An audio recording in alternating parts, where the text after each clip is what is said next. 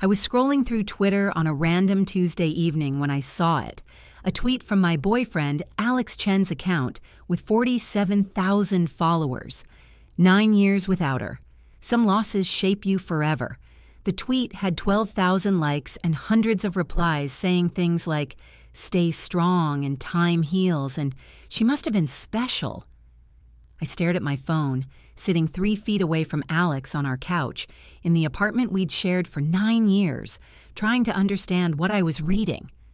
Her was his ex-girlfriend Maya, the one he'd dated for 2 years in college, the one whose photos were still in a box under our bed, the one whose name he'd say in his sleep sometimes, the one I'd spent 9 years competing with despite her being gone.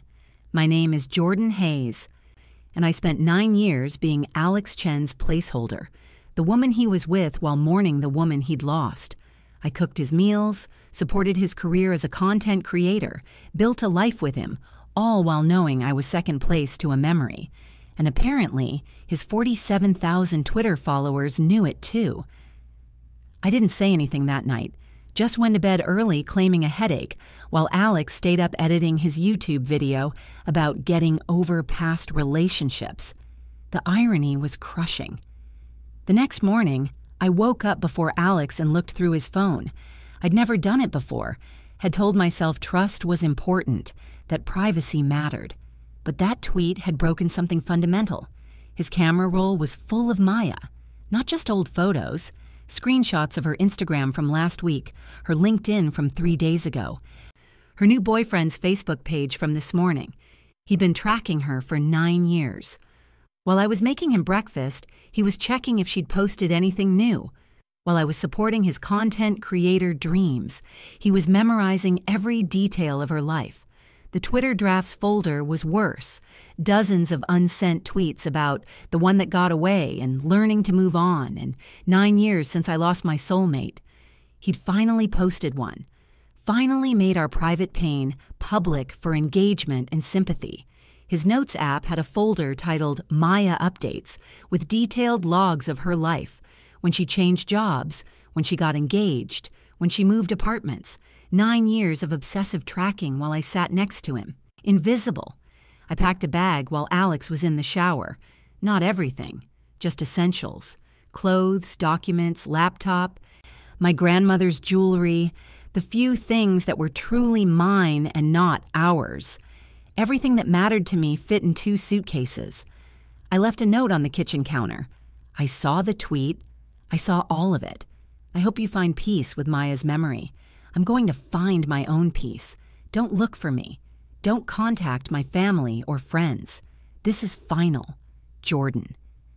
Then I walked out of the apartment, blocked his number and all social media, deleted my own accounts entirely, withdrew half our savings from the joint account I'd mostly funded, and drove to my best friend Sarah's house 3 hours away.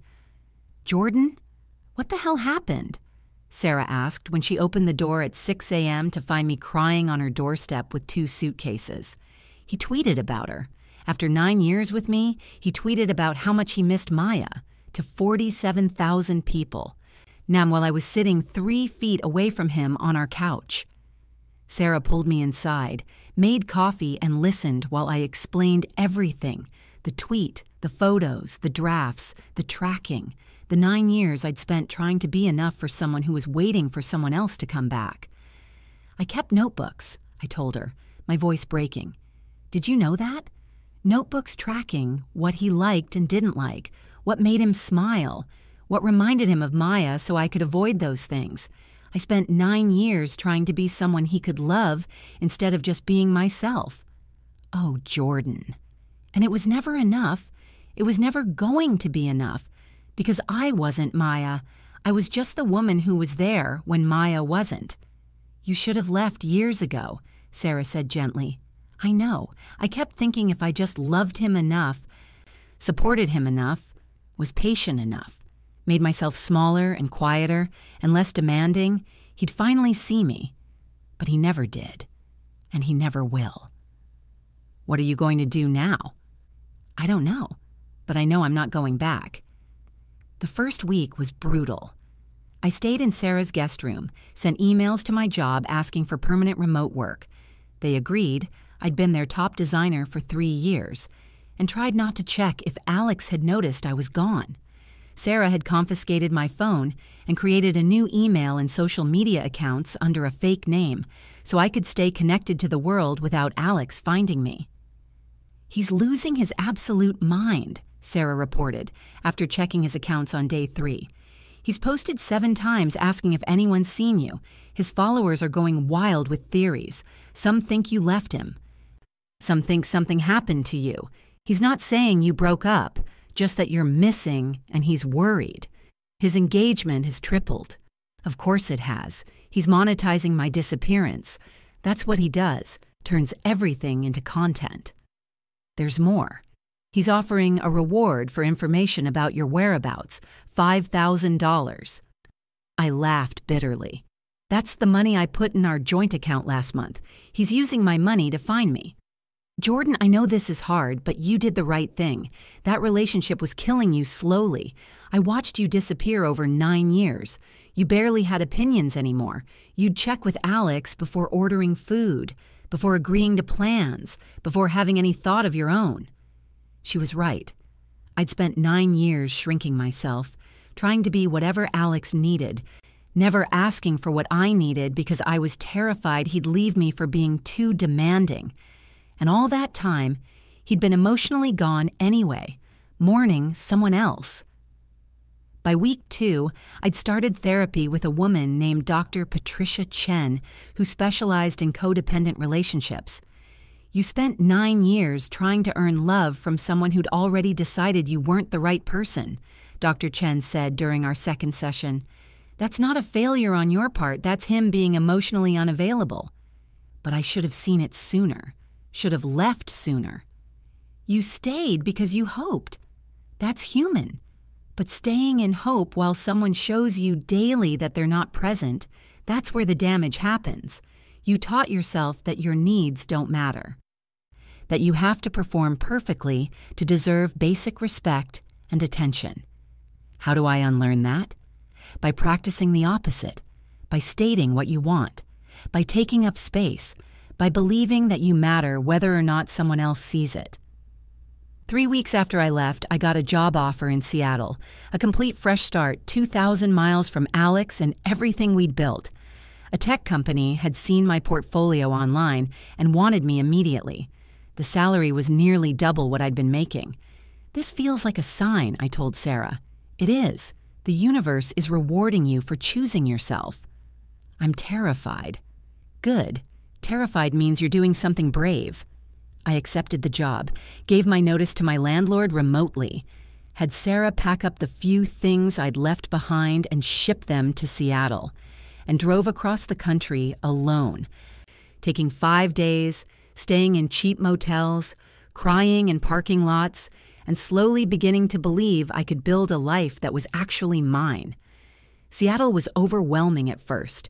New city, new job, new apartment, no friends, no family, completely alone. But it was also freeing. Nobody here knew me as Alex's girlfriend.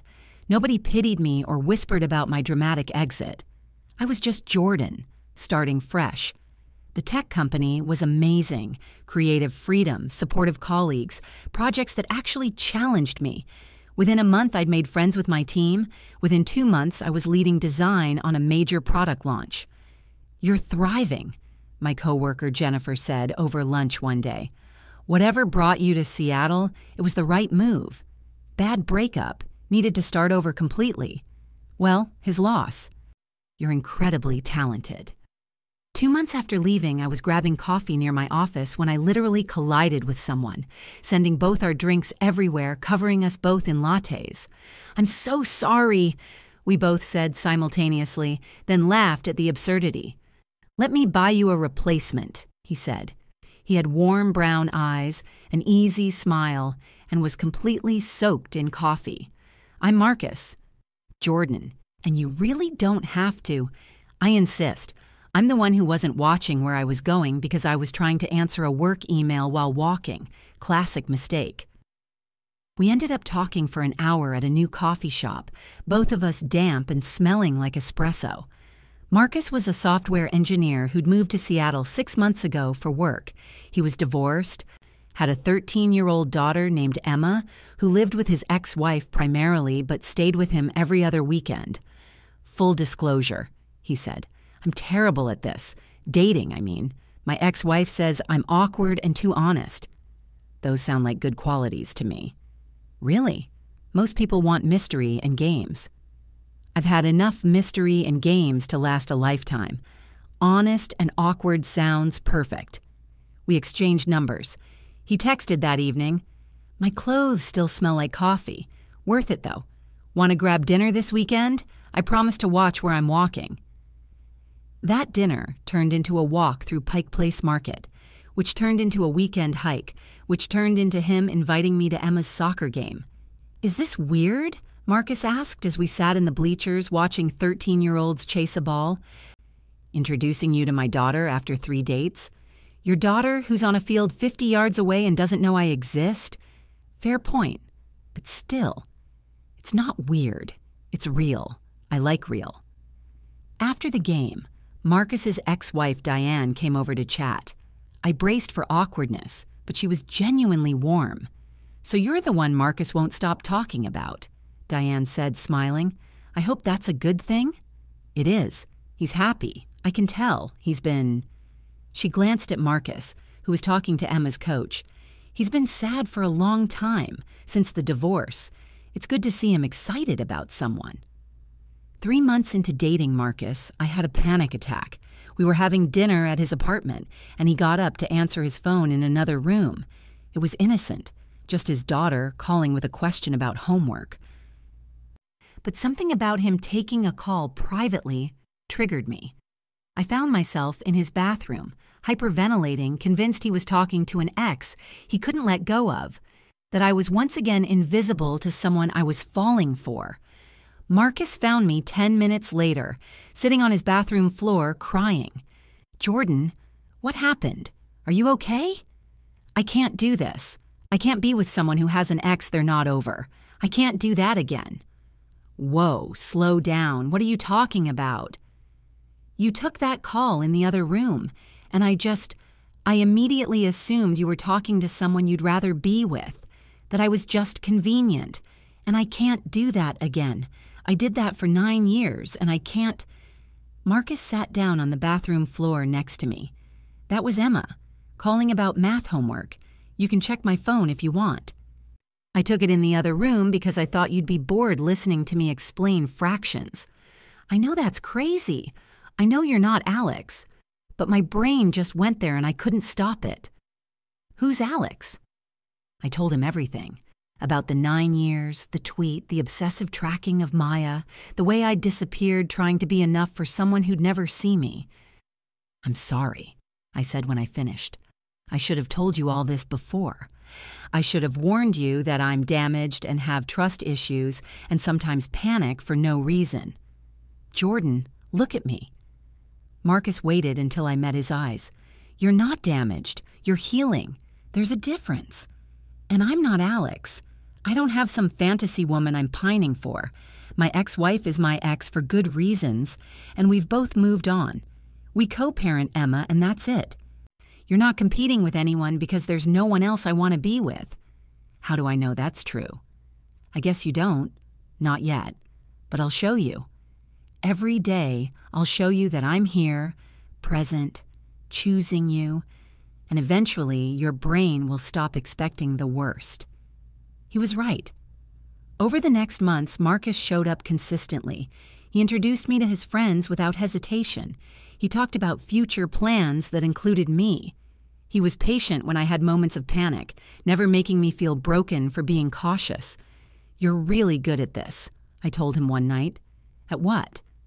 "Being present, being here, not making me guess where I stand." "That's just basic respect, Jordan. That's not special. That's minimum requirement. It feels special when you've never had it before." 6 months after leaving Alex, I was completely settled in Seattle. New job I loved, new apartment that felt like home, new friends from work and hiking groups, and Marcus, who'd become the most important part of my day. Not because I needed him, but because I genuinely enjoyed him. "My mom wants to meet you," Marcus said one evening while we were cooking dinner together, badly as usual. "She's throwing a family dinner and she specifically requested you attend." That sounds serious. My mother takes food very seriously, but yes, meeting the family is kind of a big deal. No pressure, though. We can say you're busy if you're not ready. I'm ready. I want to meet them. Meeting Marcus's family was intimidating. His parents, 2 sisters, a brother, various nieces and nephews. But they welcomed me warmly, asked genuine questions about my life and work, and made me feel included rather than inspected. "You make him happy," Marcus's mother said, pulling me aside after dinner while we were doing dishes. "I can tell. He smiles more, talks more. He was so closed off after the divorce. He makes me happy, too. Good. Then we all win." She handed me a plate to dry. "Can I give you some unsolicited advice?" "Of course." "My son is a good man, but he's cautious. The divorce hurt him more than he admits, so if you're serious about him, be patient. He'll get there." I'm serious, and I have all the patience in the world for someone who actually sees me. 8 months after leaving Alex, Marcus and I moved in together. It was practical. We spent most nights at one of our apartments anyway. But it was also symbolic, a statement that this was real, that we were building something together. "I need to tell you something before we do this," I said the day before the move. "Okay," Marcus said, looking nervous. "I deleted all my social media when I left Alex. I don't have Instagram or Twitter or Facebook. I don't plan to go back. And that means no couple photos online, no relationship status updates, no digital proof we exist together. Is that okay?" "Jordan, I don't care about social media. I care about you. If you need to stay offline to feel safe, that's completely fine. Some people think it's weird, that I'm hiding something or ashamed. You're not hiding. You're protecting yourself. There's a huge difference." He took my hands. "Alex lived his life for an audience. You're living yours for yourself. That's healthier." "I love you," I said. It was the first time I'd said it. "I love you too. Have for a while now." 1 year after leaving Alex, I was completely over him. Not mostly over or trying to move on. Completely done. I didn't think about him daily. Didn't wonder what he was doing. Didn't care if he'd found someone new.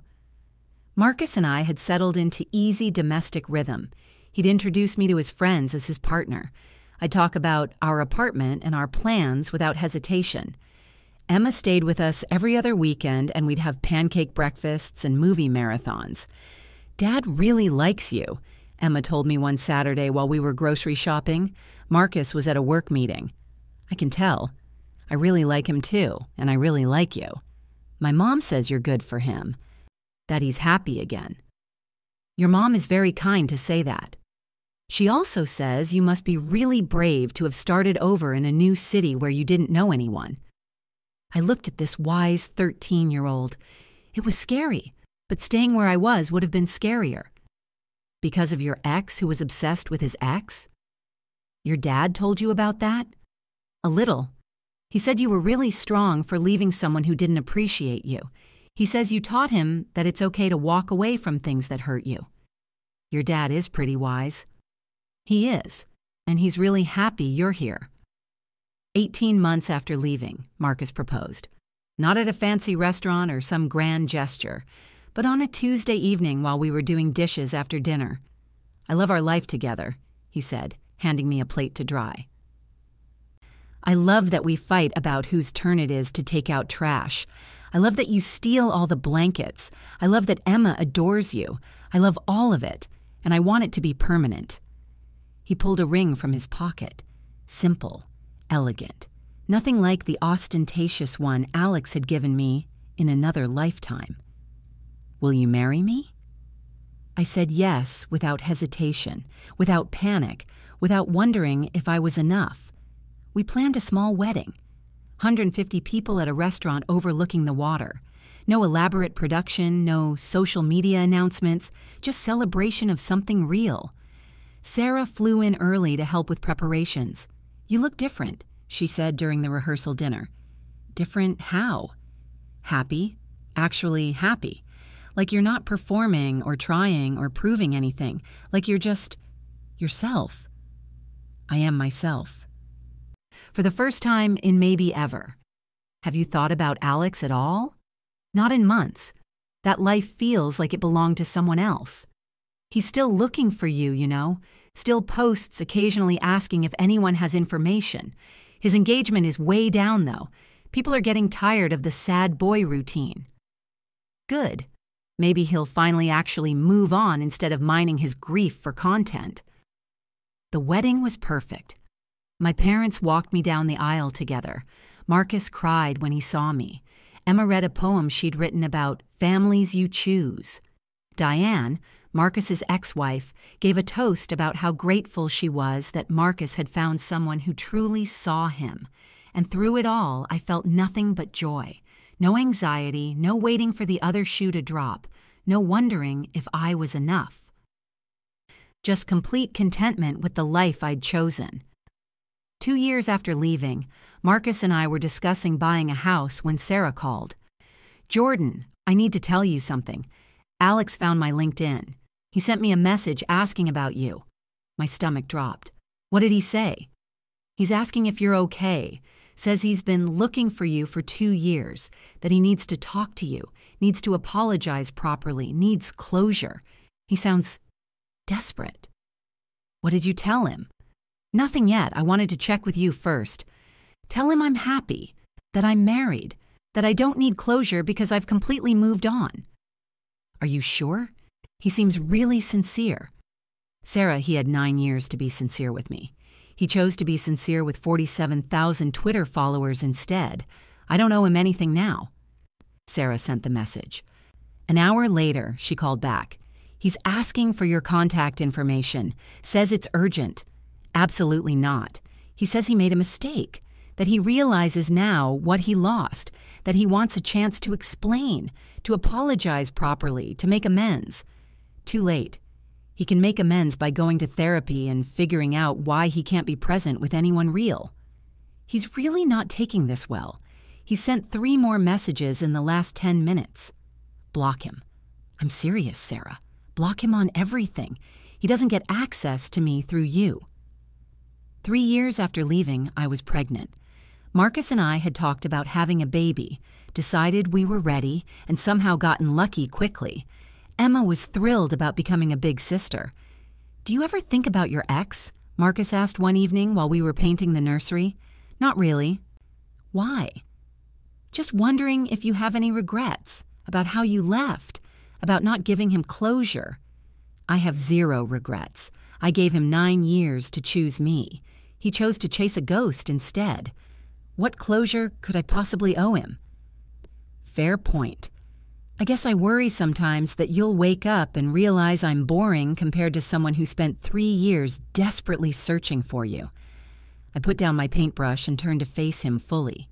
"Marcus, do you know what it's like to be chosen? To be someone's first choice, not their backup plan? You choose me every day. You see me when I'm messy and tired and hormonal and crying because a commercial made me sad. Alex never did that. He was so busy looking backward at Maya that he never actually saw me standing right in front of him. I do see you, and I love everything I see." "Exactly. That's why this works. That's why I'm here, pregnant and painting a nursery, instead of still trying to earn love from someone incapable of giving it." 4 years after leaving, our daughter, Lily, was born. Emma was in high school, balancing honors classes and drama club. We'd bought a house with a yard in a good school district. Marcus and I were juggling careers and a newborn and a teenager, and somehow making it work. "Alex posted about you again," Sarah mentioned during one of our video calls. She still monitored his accounts, morbidly fascinated by his ongoing public mourning. What now? Something about 4 years searching for someone who chose to disappear. His engagement is really down. Most of his followers have moved on. Good. Maybe he'll finally stop turning his relationship failures into content. Do you ever wonder what he'd do if he actually found you? Honestly, I think he'd be disappointed. I'm not the mysterious woman who got away that he's built up in his head. I'm just someone who got tired of being invisible and left. There's no grand tragedy, just a woman who walked away from what wasn't working. That's very healthy of you. Therapy helps. Also, being married to someone who treats our relationship like something private and precious instead of public performance art. 5 years after leaving, Lily was starting preschool and Emma was a senior in high school applying to colleges. Our lives were full. Work deadlines, school events, homework help, toddler tantrums, family dinners, the beautiful chaos of a blended family finding its rhythm. I got into Stanford, Emma announced at dinner one night, brandishing the acceptance letter. Marcus hugged her, tears in his eyes. I'm so proud of you. I'm proud of me too, and I'm proud of us. Emma looked around the table. Marcus, me, Lily in her high chair. This family. We built something really good. That night, after Emma had gone to bed, Marcus found me on the back porch. She's right, you know. We built something good. We did, and we're still building it. Do you ever think about the alternate version? Where you stayed with Alex? Sometimes. Usually when I'm putting Lily to bed or watching Emma shine or sitting here with you. I think about that other Jordan who didn't leave, who spent another 9 years trying to be enough. And I'm so grateful I'm not her. Me too. Selfishly. Because I wouldn't have you. But also because you deserve to be seen, to be chosen, to be someone's first thought, not their backup plan. I am your first thought. I know that. That's why this works. 6 years after leaving, I was at a design conference in San Francisco when I saw him. Alex Chen, standing in the conference center lobby looking older and tired, but unmistakably him. He saw me at the exact same moment. His face went through shock, relief, joy, and something desperate I couldn't identify. I turned and walked toward the exit. He followed, calling my name. Jordan! Jordan! Wait! Please! I kept walking, made it to the street, flagged a cab. He caught up just as I was getting in. Please, 5 minutes, that's all I'm asking. I don't owe you 5 minutes. I know, but I'm begging, 6 years. I've been looking for you for 6 years. Please. Against my better judgment, or maybe because I'd been carrying this weight for so long and needed to finally put it down, I told the cab to wait and stepped back onto the sidewalk. 5 minutes, starting now. I'm sorry for the tweet, for not seeing you, for 9 years of making you feel invisible. I'm sorry for all of it. Okay, apology noted. Is that all? I need you to know I understand now what I lost, that you were real and present and there, and I wasted all of it obsessing over someone who'd moved on. That was my mistake, and I've regretted it every single day for 6 years. I'm glad you've gained that self-awareness. I hope it helps you with whoever you're with next. There hasn't been anyone next. I can't move on when I don't know how to find you, how to make this right. You can't make it right. It's over. It ended 6 years ago when I walked out. I've been married for 4 years. I have a stepdaughter in college and a 5-year-old daughter. I have a whole life that you're not part of and never will be. The color drained from his face. Married? Happily. To someone who chose me first, who doesn't have an ex he's mourning, who sees me every single day. I see you now. You see what you lost. That's not the same as seeing who I am. You're mourning another ghost, Alex. First Maya, now me. You're addicted to loss, not love. That's not fair. My 5 minutes are up. Don't follow me. Don't contact Sarah. Don't post about this. Don't turn this encounter into content. Just go to therapy and figure out why you can't be present with anyone real. I got in the cab and left him standing there, looking exactly like he had 6 years ago, lost and searching for something he'd never actually had. That night, I called Marcus from my hotel room. I saw Alex today at the conference. He found me. Are you okay? I'm fine. He wanted closure. I gave him the truth, that I've moved on, that I'm happy, that the woman he's been searching for doesn't exist anymore because I'm not that person. How did he take it? Not well. But that's not my responsibility. I don't carry his grief anymore. I haven't for 6 years. I love you. Come home soon. Lily keeps asking where you are. I love you too. I'll be home tomorrow. Tell Lily Mommy misses her. Will do. And Jordan? Yeah? I'm proud of you. For walking away 6 years ago and for walking away again today. 7 years after leaving, Alex posted a video on YouTube titled The Greatest Regret of My Life. It was a 45-minute confessional about losing me, about his obsession with Maya, about 6 years searching for me, about realizing too late what he'd had. The video went viral, millions of views, thousands of comments calling him brave for his vulnerability, think pieces about emotional availability and the cost of living in the past. Sarah sent me the link. I watched 5 minutes before turning it off. Still performing, I muttered. Still packaging grief for engagement. Marcus found me in our home office staring at my laptop. What's wrong? Alex made a video about me, about us, about how I'm the one that got away and his biggest regret. It's viral. Millions of people are watching him dissect our failed relationship for entertainment. Do you want me to watch it? To know what he said? God, no. I don't even want to know. I'm just frustrated that 7 years later, he's still using our relationship for content, still making my private pain public for views and sympathy. You know what the difference is between his viral video and our actual life? What? His video is performance. People watch it, feel something for 15 minutes, then move on. But this, us, our family, our home, this is real. This matters. His video will be forgotten in a week. Our life keeps building. He was right. Within 2 weeks, Alex's video had been replaced in the algorithm by newer content. Within a month, people had mostly forgotten about it. But my life continued. Lily started kindergarten. Emma came home from college for Thanksgiving. Marcus got promoted. We hosted dinner parties and went to parent-teacher conferences and lived fully in the present. 8 years after leaving, Marcus and I had our second child together, a son we named James. Emma was graduating college, Lily was thriving in elementary school, and we were exhausted, fulfilled, completely immersed in the chaos of a growing family. Do you ever miss your old life? Emma asked one afternoon while she was home for winter break. We were baking cookies with Lily while James napped and Marcus was at work. My old life with Alex? Yeah. The one before Dad, before us, when it was simpler. Simpler, maybe, but emptier. That life was me trying to earn love from someone incapable of giving it. This life is me actually being loved for who I am. No contest. Even with all the chaos, the diapers and tantrums and never sleeping, especially with the chaos, because it's real chaos with people who actually choose to be here. Your dad chooses me every single day. I choose him. We choose this family. That's worth every exhausted moment. That's really beautiful, Jordan.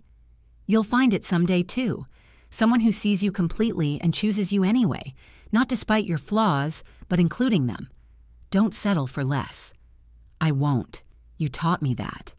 Watching you and Dad, watching how he treats you and how you treat him, you taught me what real love looks like. 9 years after leaving, exactly as long as I'd been with Alex, Sarah called with news I'd been half expecting. Alex got engaged to someone named Taylor. They've been dating for 8 months. Good for them. That's it? Just good for them? What else is there to say? I hope he's learned to be present. I hope he doesn't spend this relationship mourning the last one. I hope Taylor knows what she's getting into and that he's done the work to be ready. You really don't care at all? Sarah, I have 3 kids, a husband I adore, a career I love, and a mortgage. I don't have time or energy to care about what my ex from 9 years ago is doing. I'm genuinely happy he's moving forward. He posted about it, said something like, 9 years teaching me what love isn't, 9 months showing me what it is. Well, that's passive-aggressive, but not my problem. His engagement, his social media, his narrative, I'm not part of his story anymore. You really have moved on. Completely. I don't think about him. Don't wonder about him. Don't care what he posts or who he's with. That chapter closed 9 years ago when I walked out. 10 years after leaving, Marcus and I celebrated our 8th wedding anniversary with a weekend away. Our first trip without kids in 3 years. We were having dinner overlooking the ocean when my phone buzzed with a LinkedIn message. It was Alex. "Jordan, I know you probably don't want to hear from me, but I'm getting married next month and I realized I can't move forward without truly closing this chapter. I need to tell you face to face that I understand now what I did to you, that I'm sorry, that you deserved so much better than what I gave you. Would you be willing to meet? Just once. For both our peace. Please. I've spent 10 years looking for you, and I need to say this in person. Alex." I showed the message to Marcus. 10 years, I said. He's been looking for me for 10 years. "What do you want to do?" Marcus asked carefully. "I don't know. Part of me thinks closure would be good. That maybe if I meet with him once, say what needs to be said, he'll finally be able to move on. And the other part? The other part thinks he just wants absolution, that he wants me to bless his new relationship, to tell him he's a good person who made understandable mistakes, and I don't owe him that. What does your gut say?" I thought about it. About 9 years with Alex where I'd been a placeholder, about 10 years without him where I'd built something real, about the woman I'd been, small, uncertain, desperate for his approval, and the woman I'd become, confident, loved, complete in myself. My gut says I don't owe him anything, that if he needs closure, he can find it in therapy or with Taylor or within himself, that I'm not responsible for his peace. I found my own peace. He needs to find his. Then that's your answer. I deleted the message without responding. Over dinner, Marcus reached across the table and took my hand. "Can I tell you something?" "Always." "When I first met you, you used to apologize constantly for taking up space, for having opinions, for existing. It took months before you'd order at a restaurant without asking me what I thought you should get. I did. You did. And watching you grow into someone who knows her worth, who doesn't apologize for existing, who can look at a message from someone who spent a decade searching for her and say, 'I don't owe you anything,' that's been one of the privileges of my life. You helped me get here. No. I just loved you while you found yourself. You did the work." That night, lying in our hotel bed, I thought about Alex's message, about his 10-year search, about all the energy he'd poured into finding me, all the posts and tweets and desperate messages to Sarah, and I realized he didn't want me.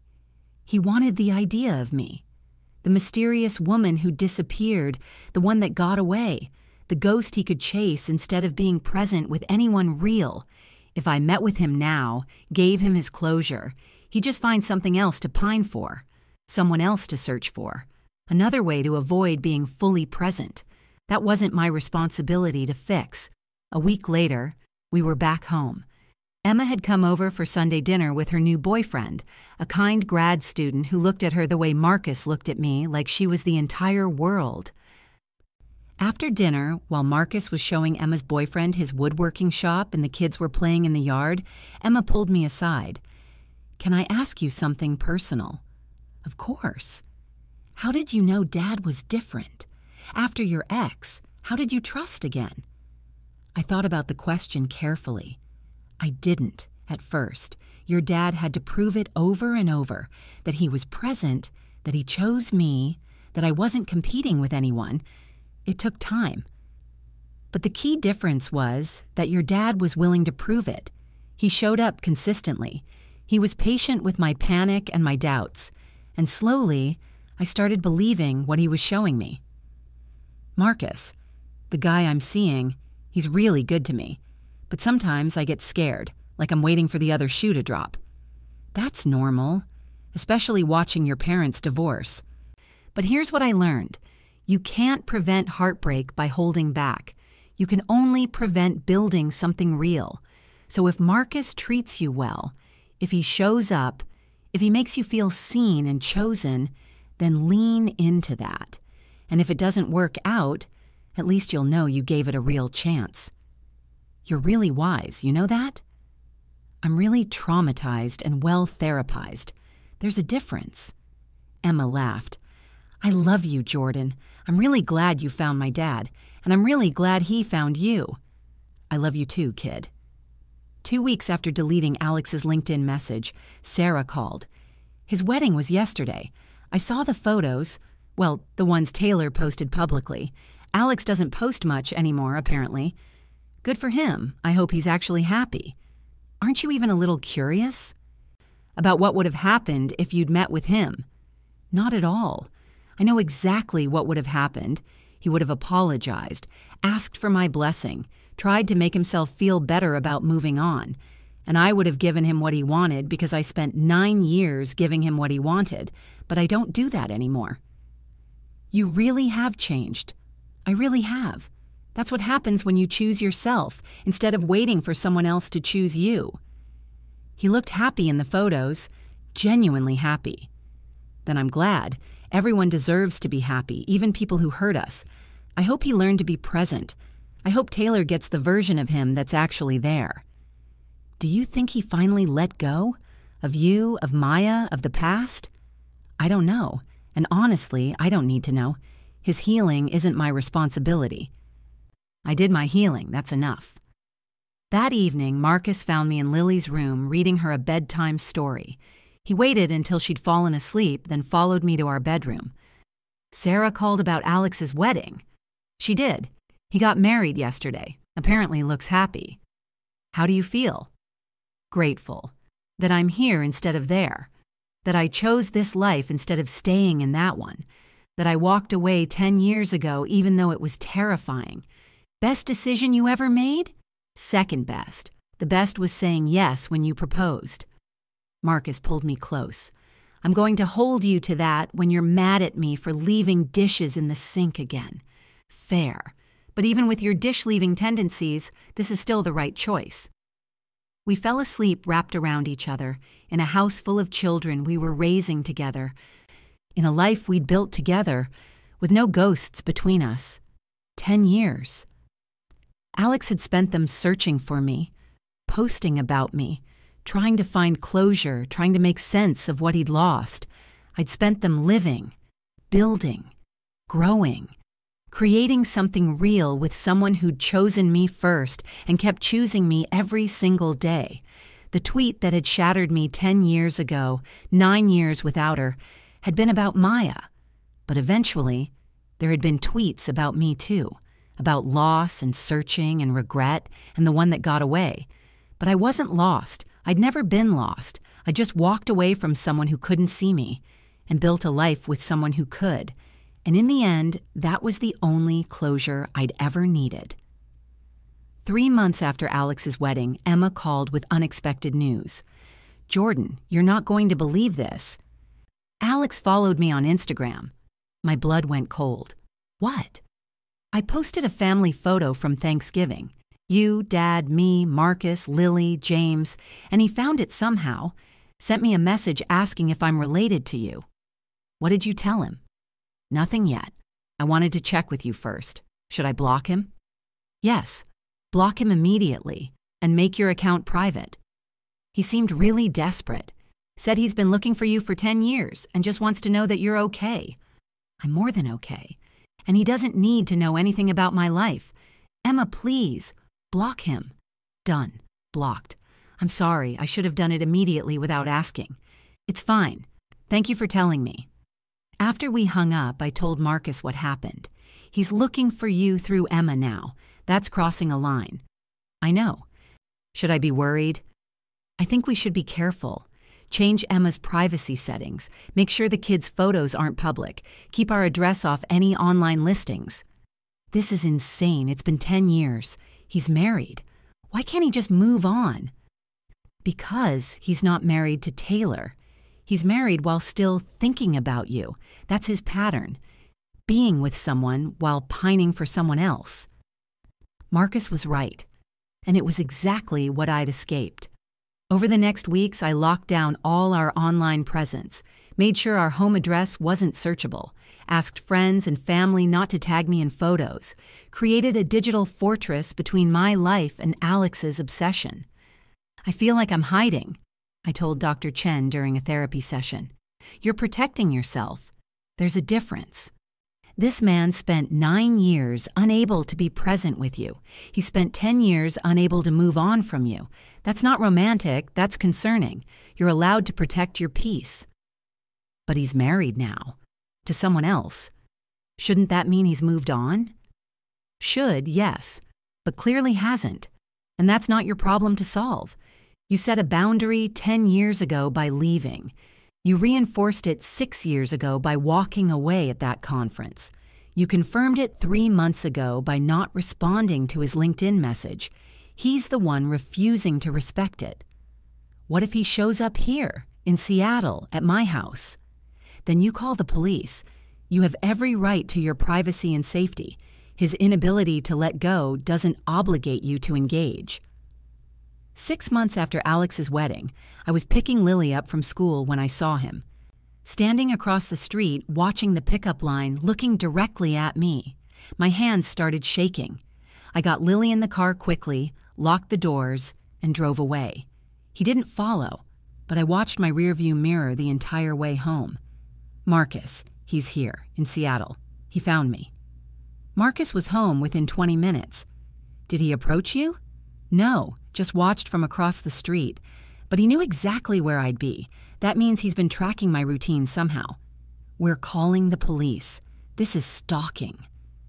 The police were sympathetic but limited in what they could do. He hadn't approached me, hadn't threatened me, was standing on a public street. They took a report, said they'd do a wellness check on him, advised us to document everything. That night, I barely slept. Marcus installed a security system. We drove Lily to and from school instead of having her take the bus. I started working from home instead of going to the office. I feel like I'm letting him control my life again, I told Marcus. You're protecting yourself. That's different. And this won't be forever. He'll either get the message or we'll escalate legally. 3 days later, there was a letter in our mailbox. No return address, just my name on the front. Inside was a single page in Alex's handwriting. Jordan, I know I'm scaring you. That's not my intention.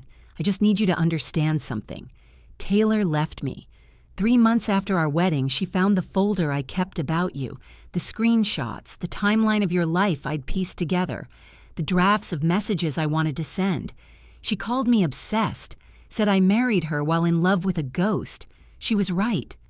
I can't move forward because I never properly said goodbye, because you disappeared and I never got closure. Please, just meet me once. Let me apologize properly. Let me explain.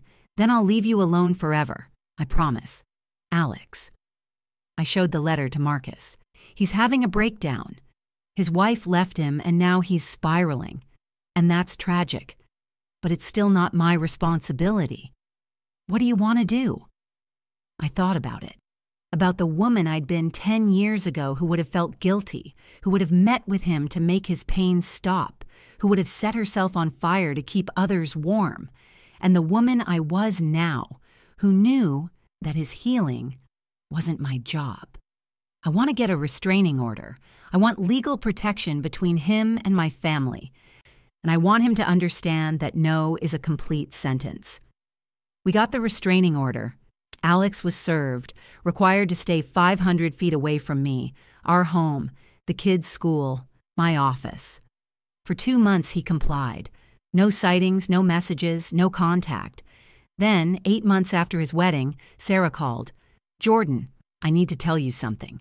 Alex posted a video. It's concerning. What kind of video? A goodbye video. He's talking about how he can't move on, how he's been trying for 10 years, how he's lost everything, you, Taylor, his career apparently. He sounds like he's saying goodbye permanently. My heart sank. Is he threatening suicide? Not explicitly, but it's implied. People in the comments are worried. Some have called wellness checks. Sarah, I can't be responsible for this. I can't let his mental health crisis become my emergency. I know. I just wanted you to know in case in case something happens and people blame you. People can blame me all they want. I'm not responsible for someone else's choices. I left 10 years ago. Everything after that is on him. The video went viral. Millions of views. People debating in the comments whether I was heartless for not responding to his pain. Others defending my right to boundaries. It became a whole internet discourse about closure and responsibility and when you owe your ex-partner engagement.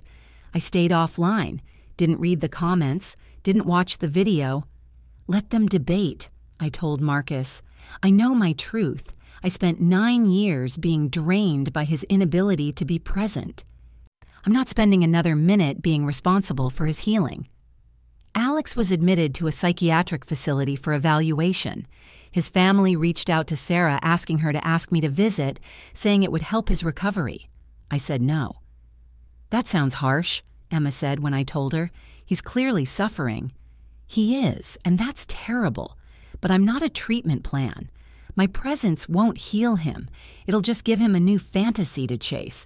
He needs professional help, not access to me. You're really sure? Completely. I spent 10 years rebuilding myself. I'm not undoing that to make him feel better. 9 months after his wedding, Alex was released from the facility. He moved back home with his family, deleted all his social media, started intensive therapy. Sarah kept me updated despite my insisting she didn't need to. He's apparently doing better, really working on himself. His therapist says he's making progress. I'm glad, genuinely. I hope he finds peace. Would you ever consider meeting with him now?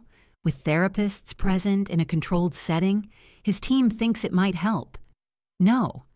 My answer is still no. I'm not part of his therapy journey. He can heal without me. 11 years after leaving Alex, my life was completely, beautifully ordinary. Lily was in 3rd grade, James was starting kindergarten, Emma was engaged to her grad school boyfriend, Marcus had been promoted to senior engineer. I'd launched my own design consultancy. We were chaotic, exhausted, happy. Do you ever think about the alternate timeline? Marcus asked one Sunday morning while we were making breakfast and the kids were still sleeping. Where you stayed with Alex. Sometimes, usually when I'm in moments like this, just us, making pancakes, completely normal and completely content. I think about that other Jordan who would have spent her whole life trying to be enough for someone who was emotionally elsewhere. And I'm so grateful I'm not her. Do you think he's finally moved on? It's been 11 years. I don't know. And I've stopped caring. His journey is his own. Mine is here. With you. With our kids. With this life we've built. That's what matters. I love you. I love you too. Now flip that pancake before it burns. 12 years after leaving, Emma got married. At the reception during her toast, she said something that made me cry. I used to think love was about grand gestures and dramatic sacrifices. Then I watched Jordan and my dad build a life together. And I learned that real love is pancakes on Sunday mornings. It's taking turns with the 3 a.m. feedings. It's showing up every single day and choosing each other, even when it's boring or hard or unglamorous. That's what I want with Marcus. That's what you taught me was possible. Later, Emma found me. Thank you. For what? For showing me what it looks like to walk away from what's wrong so you can find what's right. For teaching me that choosing yourself isn't selfish, for being the kind of person I want to be. You already are that person, Em. You just needed to see it was okay. 15 years after leaving, I was having coffee with Sarah when she brought up Alex for the first time in years. I ran into his sister at a conference. She said he's doing well, married again to a therapist, has a daughter, living in Portland. Apparently, he's finally genuinely happy. I'm glad, I said, and meant it. She asked if I'd pass along a message, that he's grateful you never met with him back then, that he needed to do the work himself, and having access to you would have prevented that. Well, that's mature of him.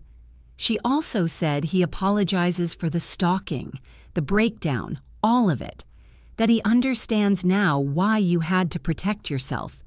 Good. I hope he really has found peace. Does it give you closure, knowing he's okay now? I had closure 15 years ago when I walked out. This is just confirmation that my instincts were right, that I couldn't fix him, that he had to fix himself. That evening, I told Marcus about the conversation. How do you feel? Complete. Like that chapter is finally, truly closed. Not because he's moved on, but because I stopped carrying any piece of him 15 years ago. His happiness or unhappiness, his growth or stagnation, none of it affects me anymore. That's real freedom. It really is. 20 years after leaving, Marcus and I celebrated our 18th wedding anniversary. Lily was in college, James was in high school, Emma had 2 kids of her own and was teaching them about healthy relationships by showing them ours. Can you believe it's been 20 years since you left Alex? Sarah asked during one of our regular video calls. Honestly, I forget about it entirely until you remind me. That life feels like it belonged to someone else. In a way, it did. You're completely different now. Not different, just finally myself. That's what leaving gave me. The chance to figure out who I was without constantly trying to be what someone else needed. And what Alex gave you, unintentionally, was the contrast to know what you didn't want. Exactly. He showed me what emotional absence looked like. Marcus showed me what presence looked like. The comparison made the choice easy. That night, lying in bed with Marcus, I thought about my 2 lives. The 9 years I'd spent invisible, trying to compete with a ghost, and the 20 years I'd spent fully seen, building something real. You know what's funny? I said to Marcus. What? Alex spent 10 years looking for me, posted about it, made videos about it, created this whole narrative about the woman who disappeared, but I was never lost. I just walked away from someone who couldn't see me and found someone who could. That's not a mystery. That's just choosing better. Best choice you ever made. Second best. The best was saying yes to pancake breakfast dates with someone who spilled coffee on me. I have impeccable meet-cute techniques. You really do. We fell asleep the way we had for 18 years, wrapped around each other, completely present, no ghosts between us. The tweet that had broken my world 20 years ago, 9 years without her, had been about someone else. But it had been the wake-up call I needed to see that I was also someone else to Alex, not a partner, but a placeholder. Walking away from that realization had been the hardest thing I'd ever done, and building the life that came after, full of presence and choice and genuine love, had been the greatest gift I'd ever given myself. 20 years later, I didn't think about Alex or Maya or that life at all. I just lived this one, fully, presently, completely, and that was more than enough.